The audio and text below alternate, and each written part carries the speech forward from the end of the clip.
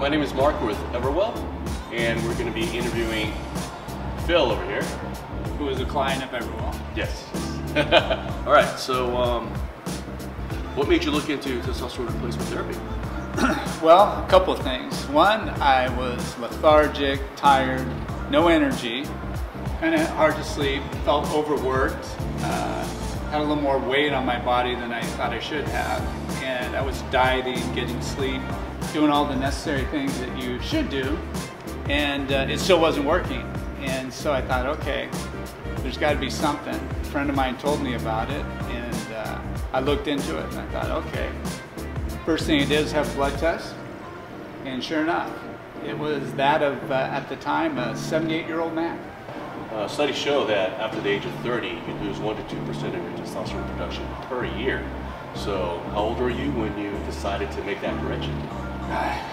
40, I think it was in my early 40s, and I was doing really good. I was beating those numbers. I was going down quicker than most men. Oh, wow. And how old are you now? I am 59.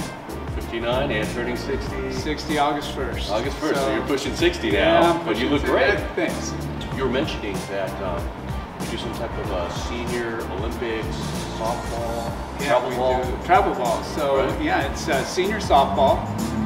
Very competitive. I remember the first time I was asked if I wanted to play, I asked him if I needed to bring my walker, because I'm used to playing competitive sports, and went out and we play against Jose Canseco's teams and some major league players.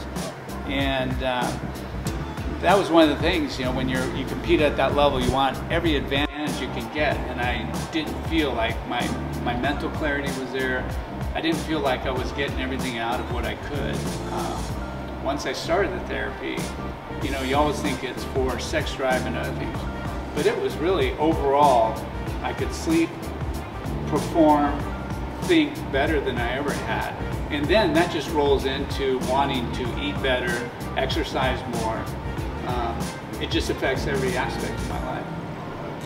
That's amazing. So as far as performance-wise, is there any specifics you can talk to us about that you've seen improvements on? Yeah, I hit the ball harder and further.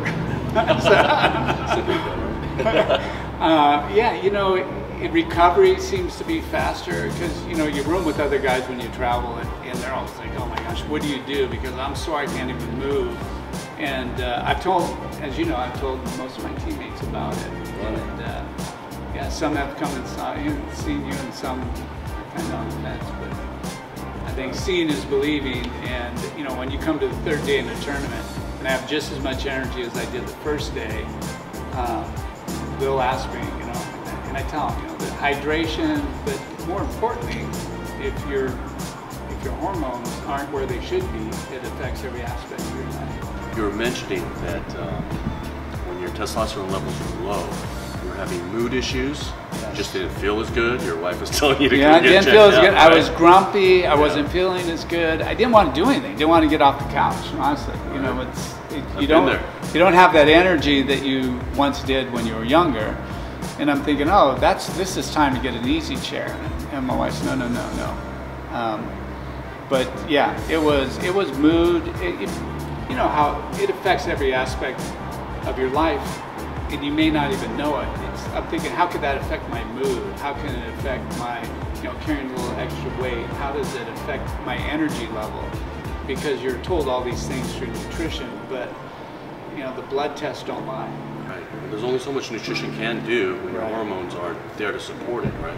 No, I think hormones is probably the foundation, because you can get good sleep, you can do nutrition and work out, but if it's not there for that base, it's not going to build. Or, you know, I look at when I was off it and not doing it, and then when I was on, it's a whole different ballgame. Literally, if I didn't look in the mirror, I would think I was 30 years old. Is that what you feel like? I feel 30, but the mirror tells me differently. Well, I'm sure it's still drastically different than when you first started. Oh yeah. Things like that, right? Yeah, it does change. It feels, I feel sturdy, I feel in control of my body. Like I said, clear mind.